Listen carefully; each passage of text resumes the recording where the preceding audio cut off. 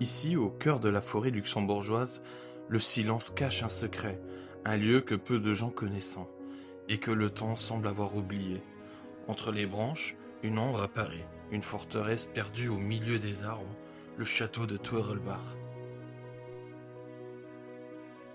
De là-haut, il semble sortir d'un conte, mais derrière ces murs, il n'y a ni roi, ni seigneur, seulement un homme, et son rêve.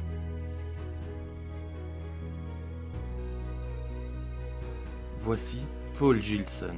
Dans les années 1960, ce passionné d'histoire et d'architecture décide de bâtir son propre château. Pas une maquette, encore moins un décor, un vrai château, construit pierre après pierre, avec ses mains. Il n'avait pas d'équipe, ni d'ouvriers, juste lui, un homme et ses outils, et une volonté qui défait le temps. Het alles met de hand gemaakt, ja. En had het niet geleerd, weil een stam uit zijn steenhouwer familie, en dat lag hem waarschijnlijk aan de zinnen. En dus konnten dat ook doen. En hadden zijn papa ook nog gekocht, weil die nog steenhouwer was. Il a tout fait seul, chaque mur, chaque fenêtre. Il voulait que tout soit parfait. Il pouvait passer des semaines entières sur une seule partie du mur, juste pour qu'elle soit exactement comme il l'imaginait.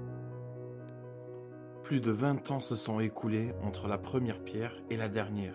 Ce château, c'est bien plus qu'une construction. C'est un symbole de passion, et de patience et d'amour du beau.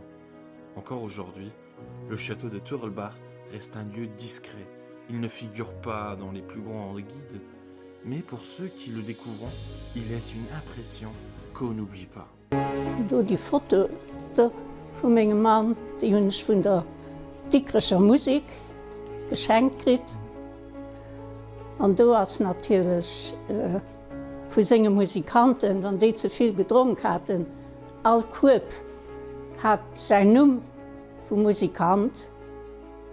En hij, als eisentoeren, en hij even door het Schloss staan.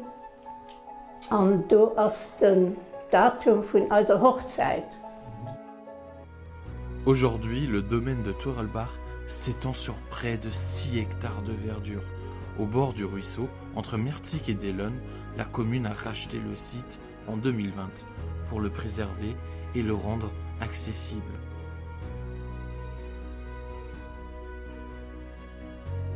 En 2022, le château est officiellement classé patrimoine culturel national du Luxembourg. Une folie architecturale devenue un patrimoine, un rêve personnel devenu bien public.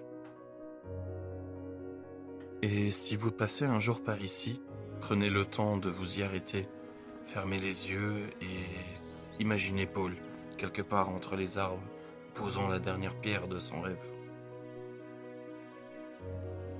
Quand on regarde ce château, on voit plus que des pierres, on voit la trace d'un rêve. Paul Gilson voulait simplement donner vie à ce qu'il imaginait, et il y est arrivé.